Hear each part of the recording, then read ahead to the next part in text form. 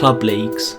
A fun competitive mode to get involved with your club and earn yourself some extra rewards and progression. It seems simple enough. Play a few matches over a number of days and whichever club gains the most club trophies wins the league and can get promoted and earn more rewards. But since its introduction in Brawl Stars, has it made the game more toxic? For that we'll have to look back at the history of club leagues.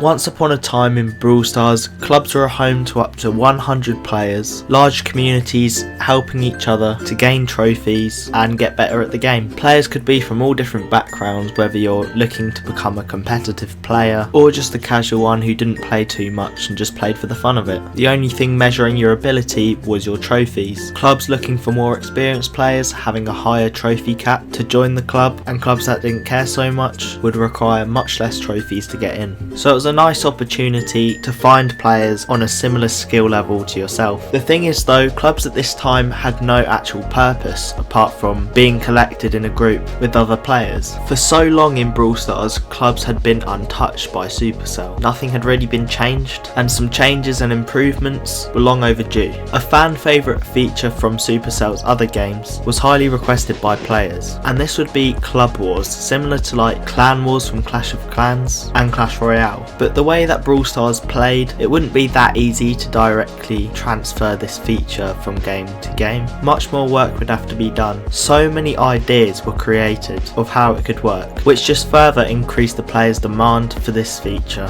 Eventually, on the 21st of August 2021, in Brawl Talk, they announced something big.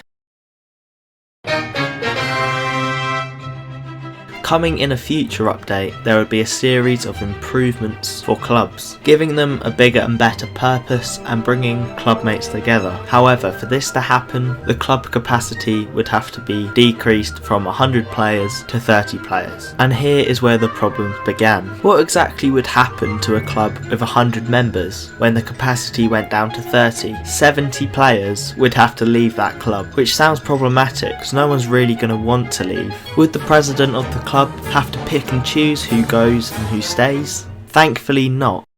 If by the time this update came around there was more than 30 players in the club, there would be an automatic solution to downsize it. But how would this work? Supercell's solution was actually pretty fair.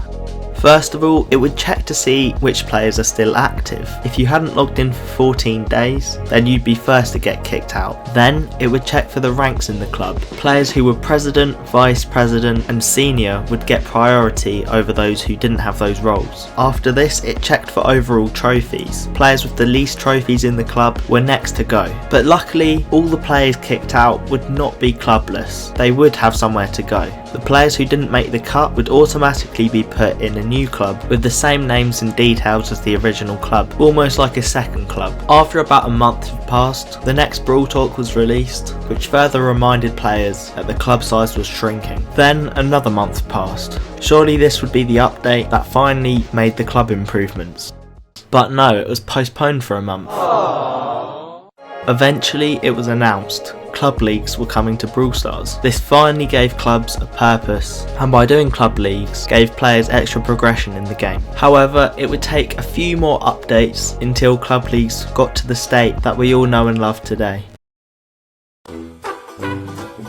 When club leagues were first released, golden tickets existed. You could purchase up to 4 of these per week, and you could play some additional matches in club leagues to give your club an advantage. The issue with this is that they costed gems, which made it slightly pay to win. Competitive clubs that wanted to do well in club leagues would have to purchase golden tickets to do better than the other clubs, and not everyone could afford them. For this reason, golden tickets were very controversial. The response from Supercell was to reduce the price of the golden tickets to be affordable for everyone, and not too long after that they were removed from the game completely. This created an even playing field for all pay-to-play players and free-to-play players. But one thing didn't change: the fact that clubs want to get more club trophies than any other club and win the league every season.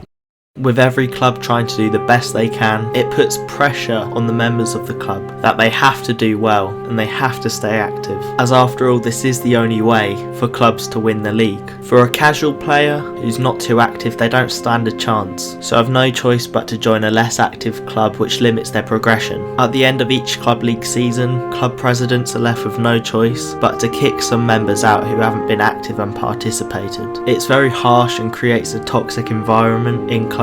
It ignores the fact that people have real life commitments, so can't always be there to play their club league games, which is a massive shame. Every club league ticket left unused at the end of the season could have been a few extra club trophies to get that promotion, and if one person hasn't participated, then it lets the rest of the club down.